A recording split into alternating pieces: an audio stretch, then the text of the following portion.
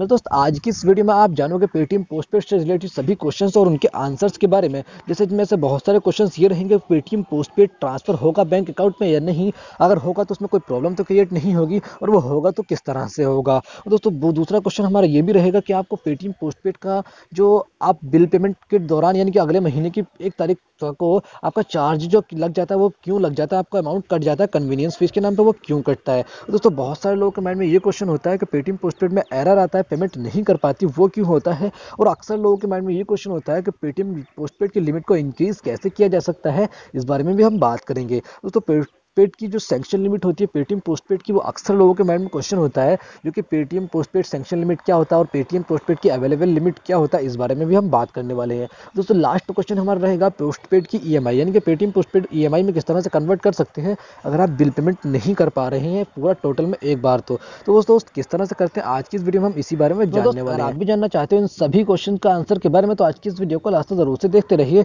तो love you का welcome हो गया सभी का मेरे दोस्त टेक्निकल क्यूआर के इस यूट्यूब चैनल पर। दोस्तों, सबसे पहले मैं बात करता हूं कि पेटीएम पोस्टपेड बैलेंस को बैंक में ट्रांसफर करते हैं तो कोई प्रॉब्लम तो नहीं आती है। तो सबसे पहले मैं आपको बता दूं, पेटीएम पोस्टपेड बैलेंस को आप बैंक अकाउंट में ट्रांसफर कर सकते हैं, वो भी हमारे थ्रू कर सकते हैं। आपको वीडियो के डिस्क्रिप्शन में नंबर मिल जाएगा, और आपको यहाँ पर एक वीडियो की लिंक भी मिल जाएगी, जो कि हमने पहले 2 वीडियो बना के रखा है, उसके थ्रू आप आराम से ट्रांसफर कर सकते हो, आपका कोई प्रॉब्लम नहीं आएगी, और आपको आराम से बिल्कुल इंस्टेंट अकाउंट में ट्रांसफर करके दिया जाएगा। आप उसमें उस वीडियो के अंदर बहुत सारे लोगों को कमेंट्स भी पढ़ सकते हो, बिल्कुल आप इंस्टेंट कर सकते हो, आपको कोई दिक्कत नहीं आएगी, कोई प्रॉब्लम नहीं आएगी। बस वीडियो के डिस्क्रिप्शन में दिए गए नंबर पर आप कांटेक्ट करो, वो हमारा पर्सनल खुद का नंबर है, आपको बिल्कुल रिप्लाई मिलेगा और बिल्कुल आपके अकाउंट में इंस्टेंट ट्रांसफर करके दिया जाएगा, जितने भी आपका लोन यानी कि आपका पेटीएम पोस्टपेड ट्रांसफर करना चाहोगे उसका चार्ज कट करने के बाद। और वो दोस्तों, वो सारा प्रोसेस उसमें बताया गया है, कितना चार्ज है कितना क्या है, आप उस वीडियो को जरूर से देख लेना, आपको वीडियो के डिस्क्रिप्शन में और आई बटन में भी आपको लिंक मिल जाएगी। दोस्तों, बहुत सारे लोगों का माइंड में क्वेश्चन ये होता है कि हम जैसे सपोज करो पेटीएम पोस्टपेड के बैलेंस को बैंक अकाउंट में ट्रांसफर कर रहे हैं, हम आपको कर पे करेंगे, आप हमें पे कर दोगे जितना भी आपका चार्जेस होगा कट करने के बाद, लेकिन क्या बाद में कोई प्रॉब्लम क्रिएट कर सकता है पेटीएम इसको लेकर के बैंक अकाउंट में ट्रांसफर क्यों किया था। लेकिन मेरे दोस्त, ऐसा कुछ भी नहीं है, क्योंकि पेटीएम पोस्टपेड पेटीएम को ये नहीं पता है कि आपने बैंक अकाउंट में ट्रांसफर किया था, क्योंकि पेटीएम को ये पता है कि आपने कहीं भी एक मर्चेंट पे किसी एक बड़े से मर्चेंट पे यूज किया है अपना पेमेंट को, उसमें कोई भी शॉपिंग या फिर कोई भी परचेज किया है। दोस्तों, हम दूसरे क्वेश्चन की बात करते हैं। दूसरा क्वेश्चन ये है दोस्तों, पेटीएम पोस्टपेड यूज करते वक्त एरर आता है। जैसे सपोज करो बहुत सारे लोगों के उसमें दिखाता है कि आप अपना दूसरे पेमेंट मेथड से पेमेंट करो, इसमें जो टेक्निकल इशू होने की वजह से पेमेंट नहीं कर सकते, इस तरह से कुछ दिखाता है। दोस्तों, बहुत कुछ लोगों के साथ तो ऐसा होता है कि कभी कभी टेक्निकल इशू वाकई में चल रहा होता है तो आप पेमेंट नहीं कर सकते हो, लेकिन आप जब थोड़ी देर बाद ट्राई करते हो जैसे, तो आप यूज कर सकते हो। जैसे कि आप रिचार्ज करने जा रहे हो, ये फिर मैंने आपको लिंक सेंड किया है पेमेंट का और ट्रांसफर करने के लिए, और आप पेमेंट कर रहे हो उस लिंक के थ्रू, तब भी ये प्रॉब्लम कभी कभी आ जाती है। लेकिन दोस्तों, बहुत सारे लोगों के साथ अक्सर ये प्रॉब्लम इसलिए आती है क्योंकि उनका पेटीएम पोस्टपेड में ही कोई प्रॉब्लम हो चुकी होती है। क्योंकि अक्सर ऐसा होता है, अगर आपने सपोज करो पेटीएम पोस्टपेड यूज कर लिया है और आप उसका बिल पेमेंट नहीं किया है, काफी दिन हो गए, यानी कि आपने उसका पेमेंट लेट कर दिया है, तो उसमें भी आपके सामने ये प्रॉब्लम क्रिएट हो सकती है कुछ दिनों तक, और कुछ दिन हो सकता है आपके सॉल्व भी हो जाए ये प्रॉब्लम। बाकी आप इसमें प्रॉब्लम ये आ जाती है इसी वजह से क्योंकि आपका बिल पेमेंट लेट होता है। मैं आपको सजेस्ट करूंगा, आप बिल पेमेंट कभी भी लेट मत करना, उसका जो रीपेमेंट है बिल्कुल आपका 7 तारीख से पहले, यानी कि बहुत सारे लोग ये पूछते हैं कि कब तक हमको पेमेंट करना होता है। दोस्तों, इसका आपने जिस मंथ में यूज़ किया तो उसके नेक्स्ट मंथ की 7 तारीख से पहले, जैसे सपोज करो अभी आपने अक्टूबर में यूज़ किया था, जितना भी पेमेंट यूज़ किया था आपको नवंबर की 7 तारीख से पहले पहले पेमेंट कर देना है, तो आपको उसका कन्वीनियंस फीस के अलावा कोई भी चार्जेस नहीं लगने वाला। तो दोस्त, मैं आपको यही सजेस्ट करूंगा कि आप अपना बिल पेमेंट बिल्कुल भी लेट मत करना। अगर आपका सर नहीं हो पा रहा है तो आप उसको ईएमआई में कन्वर्ट कर सकते हैं। ईएमआई में कन्वर्ट किस तरह से करना हम अभी आपको आगे बताएंगे वो, तो इसलिए आपको पेमेंट कभी भी लेट मत करना, इसलिए आपको प्रॉब्लम क्रिएट हो जाती है और आपको पोस्टपेड भी वर्क करना कम कर देता है, या फिर आपका पोस्टपेड अकाउंट भी ब्लॉक हो जाता है। दोस्तों, हम बात करते हैं नेक्स्ट क्वेश्चन। कुछ लोगों के माइंड में ये भी क्वेश्चन आता है कि हमने पूरा मंथ यूज़ किया, जितना भी यूज़ किया, लेकिन हमारा लास्ट मंथ का जब अगला यानी कि नेक्स्ट मंथ का जब पहली तारीख आया तो हमारा ऑटोमेटिक 100 रुपया 150 रुपया इस तरह से अमाउंट डिडक्ट हो गया है कन्वीनियंस फीस के नाम पर। ये ऐसा क्यों हुआ है दोस्तों, इसका आंसर देने वाला हूँ। दोस्तों, आप में से अक्सर लोग तो इस बात को जानते ही होंगे, लेकिन मैं कुछ लोग जो नहीं जानते उनको बता दूं कि पेटीएम पोस्टपेड अभी हाल फिलहाल में 3 कंडीशंस में है। अगर आपने वो वीडियो नहीं देखी तो उस वीडियो का भी आपको लिंक दूसरे नंबर पर मिल जाएगा, उसको देख लेना। हम उन्हें पूरी डिटेल में बताया है कि किस तरीके से आपको पोस्टपेड वर्क करता है, लेकिन थोड़ा सा डिटेल में इस तरह है, अभी बता देता हूँ मैं।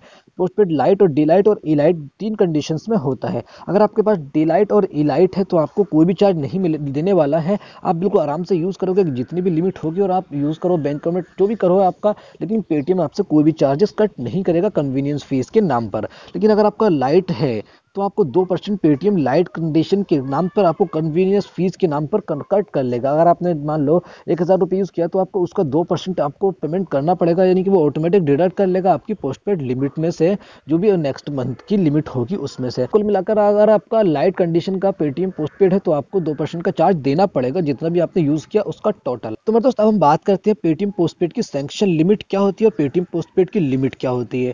तो दोस्तों आपने देखा होगा अक्सर, और बहुत सारे लोग मेरे सामने क्वेश्चन करते हैं ये कि हमारे यहाँ पर दिखा रहा है कि पेटीएम पोस्टपेड की अवेलेबल लिमिट 3,000 है, लेकिन पोस्टपेड की जो सैंक्शन लिमिट है उसमें दिखा रहा है आपको 9,000 रुपये। तो ये ऐसा क्यों है? मेरे दोस्त अक्सर लोगों के माइंड में ये क्वेश्चन होता है कि सपोज करो आपको 3,000 की लिमिट मिली है, तो उसमें सैंक्शन लिमिट शो करता है एक पर जगह को कि आपकी सैंक्शन लिमिट क्या होती है। तो दोस्त मैं आपको बता दूं, अगर आपको सपोज करो 3,000 की लिमिट मिली है जो कि पोस्टपेड की है, तो आपको साइड में दिखा रहा होगा कि आपकी 9,000 की सैंक्शन लिमिट है। तो ये क्या होता है? अब कुछ लोग सोचते हैं कि हमारी 3,000 की लिमिट है या फिर 9,000 की लिमिट है। तो आपकी एक्चुअल में 3,000 की लिमिट ही है। इसका मतलब ये है सैंक्शन लिमिट कि आपको एक महीने में सैंक्शन जो लिमिट यूज़ कर सकते हो आप 9,000 रुपये की यूज़ कर सकते हो। इस तरह से मतलब कि आपने 3,000 रुपये यूज़ किया और आपने मान लो सपोज करो आपने 1 तारीख को 3,000 रुपये यूज़ किया, आपने 4, 5, 10 तारीख को, किसी तारीख को, जितने भी आपको हो सकता है एक महीने से पहले पहले आपने उसका पेमेंट कर दिया। फिर आपने यूज़ कर लिया 3,000 रुपये, फिर पेमेंट कर दिया, फिर यूज़ कर लिया, फिर पेमेंट कर दिया, यानी कि 3 बार अगर 3,000 रुपये यूज़ कर लिया तो आपकी 9,000 रुपये की लिमिट यूज़ हो गई। तो ये मतलब ये है कि आपका सैंक्शन लिमिट यूज़ हो गई है। आप 9,000 से ज़्यादा कई बार यूज़ नहीं कर सकते उन 3,000 रुपये को ही। ऐसा नहीं है कि आपका 3,000 रुपये है तो आप उसको 9,000 रुपये में बढ़ा सकते हो, नहीं, आप 3,000 रुपये को ही 9,000 करके यूज़ कर सकते हो, क्योंकि यूज़ करके रीपेमेंट कर दोगे, फिर यूज़ करके फिर रीपेमेंट कर दोगे। तो मतलब ये है कि आपका यूज़ करके मतलब अपनी जितनी लिमिट होगी लिमिट उतनी ही रहेगी। आपका सैंक्शन लिमिट ये है कि मतलब एक महीने में इतना ही यूज़ कर सकते हो उन 3,000 रुपये का ही। आपका जितना भी लिमिट होगा उसका सैंक्शन लिमिट दिखाएगा कि आप इतना यूज़ कर सकते हो बस। और दोस्तों मेरे साथ बहुत सारे लोगों के माइंड में ये क्वेश्चन होता है, जैसे मैंने पहले ही बताया कि हमारी लिमिट क्या बढ़ सकती है अगर हमने रीपेमेंट कर दिया। तो सपोज करो हमने यूज़ कर लिया अभी 3,000 रुपये, तो हमने उसको जब यूज़ करने के बाद रीपेमेंट करेंगे महीने के लास्ट में या फिर किसी भी टाइम, तो क्या हमारी लिमिट बढ़ कर के मिलेगी हमको? तो दोस्त ऐसा नहीं है। आपको जितनी लिमिट है, यानी कि सपोज करो आपको 3,000 की लिमिट मिली है, तो आप उसको यूज़ करोगे, आपने उसका बिल पेमेंट कर दोगे महीने के लास्ट में या फिर जिस भी टाइम हो सकेगा आपसे, तो आपकी लिमिट कोई भी नहीं बढ़ेगी, आपको फिर से 3,000 की लिमिट मिल जाएगी। आप 3,000 फिर अगले महीने यूज़ करोगे, फिर आपने रीपेमेंट कर दिया, फिर से आपकी 3,000 की लिमिट मिलेगी।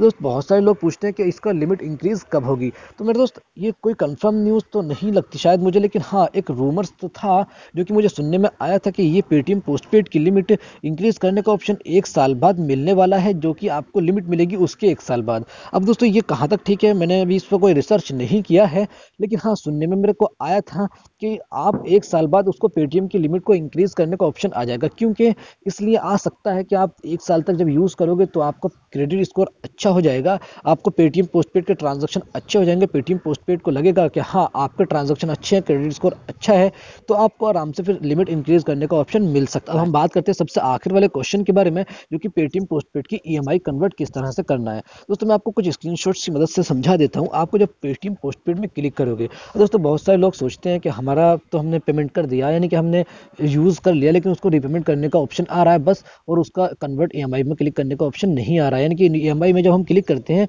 तो कुछ ऐसा ऑप्शन नहीं दिखाता जिस पर कि हम कन्वर्ट कर सके ईएमआई में। तो मेरे दोस्त मैं आपको बता दूं, ये बिल जनरेट होने के बाद का ऑप्शन आता है। सपोज करो आपकी 3,000 की लिमिट है, आपने यूज़ कर ली पूरी लिमिट, तो आपको जब बिल जनरेट होगा अगले महीने की पहली तारीख से पहले, जैसे सपोज करो आपने अक्टूबर में जितना भी यूज़ किया, आपको नवंबर की पहली तारीख यानी कि कल को आपको वहाँ पर दिखा दिया जाएगा कि आपकी लिमिट कितनी यूज़ की है आपने। सपोज करो 3,000, 5,000 जितनी भी आपकी लिमिट होगी, और वहाँ पर एक ऑप्शन तो होगा पे बिल का, और दूसरा ऑप्शन मिलेगा आपको कन्वर्ट टू ईएमआई का, यानी कि ईएमआई में कन्वर्ट करने के लिए। लेकिन उस टाइम पे ईएमआई में जाओगे ऑप्शन पे तो कुछ नहीं दिखाएगा, लेकिन कन्वर्ट टू ईएमआई पे ऑप्शन पे क्लिक करके आपको सेलेक्ट करना है कि आपको कितने रुपया पेमेंट करना है। आपको जैसे आप सपोज करो 3,000 की आपकी लिमिट है, या 15,000 की लिमिट है, या 10,000 की लिमिट है। सपोज करो आप, मैं बताता हूँ, 15,000 की अगर आपकी लिमिट है तो आप पूरा 15,000 रुपये की जो है नहीं सेट कर सकते इसको ईएमआई में आप थोड़ा सा कम अमाउंट करना पड़ेगा, क्योंकि थोड़ा अमाउंट जो है पेटीएम खुद पेमेंट करवाता है आपसे। सपोज करो आप देखो यहाँ पर अब पेटीएम पोस्टपेड में कि अगर आपकी 15,000 रुपये की लिमिट है तो आपको कुछ महीने दिखा दिया जाएगा यहाँ पर, और आपको दिखा दिया जाएगा कि आपको इतना रुपये का पेमेंट अभी हाल फिलहाल में करना है और बाकी का आपको जो ईएमआई में कन्वर्ट हो जाएगा। अब दोस्तों यहाँ पर देख सकते हैं कि आपको यहाँ पर महीने दिखा रहा है कुछ कि आप 18 महीने का कन्वर्ट कर सकते हो, 12 महीने का, 6 महीने का, इस तरह से मतलब किसी भी महीने में आप कन्वर्ट कर सकते हो। लेकिन एक बात और है दोस्तों, हर महीने का आपको 3% का चार्जेस इंक्रीज हो जाएगा, यानी कि हर महीने 3% का चार्जेस आपको देना पड़ेगा। तो मैं आपको सजेस्ट करूंगा अगर आपसे नहीं होता है बिल पेमेंट तभी आप इसको रीपेमेंट करने के लिए ईएमआई में कन्वर्ट करो। लेकिन मेरे दोस्त मैं उससे भी बेहतर सजेस्ट करूंगा आपको, थोड़ा सा चार्ज ही बढ़ सकता है इसमें, लेकिन आपका पोस्टपेड ब्लॉक नहीं होगा। अगर आपको पोस्टपेड का पेमेंट नहीं कर पा रहे हो तो आप इसको ज़रूर से यूज़ कर सकते हो पोस्टपेड की ईएमआई को। आप उसमें कन्वर्ट कर सकते हो 6 महीने का या फिर कितने महीने का आपसे जितना हो सके। मैं आपको सजेस्ट करूंगा अगर आपको ज़्यादा बड़ा अमाउंट नहीं है तो आप 6 महीने का कर सकते हो, इसमें आपको थोड़ा सा कम चार्जेस देखने को मिलेगा। लेकिन दोस्तों उसका चार्जेस अलग से इंक्रीज होता है। जैसे सपोज करो आपका जो कन्वीनियंस फीस है वो तो अलग है ही, उसमें चार्जेस को इंक्रीज कर दिया जाता है अलग से, जो कि आपको ईएमआई के नाम पर लिया जाता है। अब दोस्तों हमको पता है थोड़ा सा चार्ज जरूर इंक्रीज हो जाता है, लेकिन आपको सहूलियत मिल जाती है अगर आप एक बार में पेमेंट नहीं कर सकते तो। जैसे आप इस पर क्लिक करेंगे तो आपको कोई भी महीने को सेलेक्ट कर सकते हो, 1 महीना, 2, आपको यहाँ पर जो ऑप्शन दिखाया गया है जैसे कि 5 में 6 महीना, 9 महीना, 10 महीना, मतलब इस तरह से जो भी ऑप्शन दिखाए जाएंगे आपको 2, 3, 4 ऑप्शन मिल सकते हैं। जितने महीने का आप करना चाहते हो उस महीने पे क्लिक करो, आपको दिखा दिया जाएगा कि आपको इतने रुपये पर मंथ पे करना है। अब जितने भी आपकी लिमिट होगी उसके हिसाब से आपको दिखाया जाएगा कि आपको इतने रुपये पर मंथ हमको पे करना है, आपकी लिमिट फिर से इंक्रीज हो जाएगी। दोस्तों यहाँ पर आपको पेमेंट करने के लिए कहा जाएगा, जितने भी आपको पेमेंट करने के लिए कहा जाएगा आप अपने बैंक अकाउंट से फिर डेबिट कार्ड से कहीं से भी आप अपने पेमेंट कर सकते हो। पेमेंट करने के बाद आपको फिर से लिमिट इंक्रीज हो जाएगी, जो आपकी लिमिट थी वही आपकी लिमिट वापस से हो जाएगी।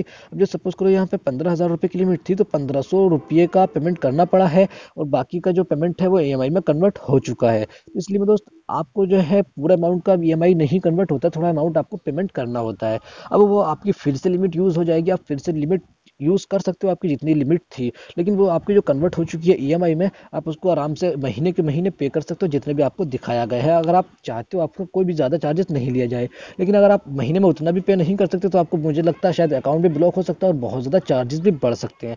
तो मेरे दोस्त मुझे उम्मीद है आपको इस वीडियो में सभी जो डाउट्स क्लियर हो गए होंगे। अब पेटीएम पोस्टपेड से रिलेटेड कोई भी क्वेश्चन ऐसा नहीं रहा, भले ही बहुत लंबा हो चुका है लेकिन आपको शायद कोई भी ऐसा क्वेश्चन नहीं रहा होगा जो कि पेटीएम पोस्टपेड से रिलेटेड आपके माइंड में चल रहा होगा। तो मेरे दोस्त आपको इस वीडियो को लाइक करने के बाद चैनल को सब्सक्राइब करके घंटी वाले बटन को जरूर से दबा लेना और अपने सभी दोस्तों के साथ जरूर से शेयर कर देना इस वीडियो को। और हाँ, अगर आपको चाहते हो पेटीएम पोस्टपेड के बैलेंस को बैंक अकाउंट में ट्रांसफर करना तो जरूर से वीडियो के डिस्क्रिप्शन में आपको नंबर मिल जाएगा, उस नंबर पर जरूर से कॉन्टैक्ट कर लेना ताकि आपको बिल्कुल इंस्टेंट अकाउंट में ट्रांसफर। मेरे दोस्त याद रखना एक बात को, इस वीडियो को लाइक करने के बाद चैनल को सब्सक्राइब करके अपने सभी दोस्तों के साथ जरूर से शेयर कर देना इस वीडियो को, ताकि वो भी कर सके अपने पेटीएम पोस्टपेड को बैलेंस को बैंक अकाउंट में ट्रांसफर, या फिर उन्होंने कर लिया है तो इन सारी वीडियोस को, इस वीडियो को देख करके सारा अपने कंडीशन को फॉलो करके अगर आपको कुछ भी यूज़ करना है तो आप कर सकते हैं।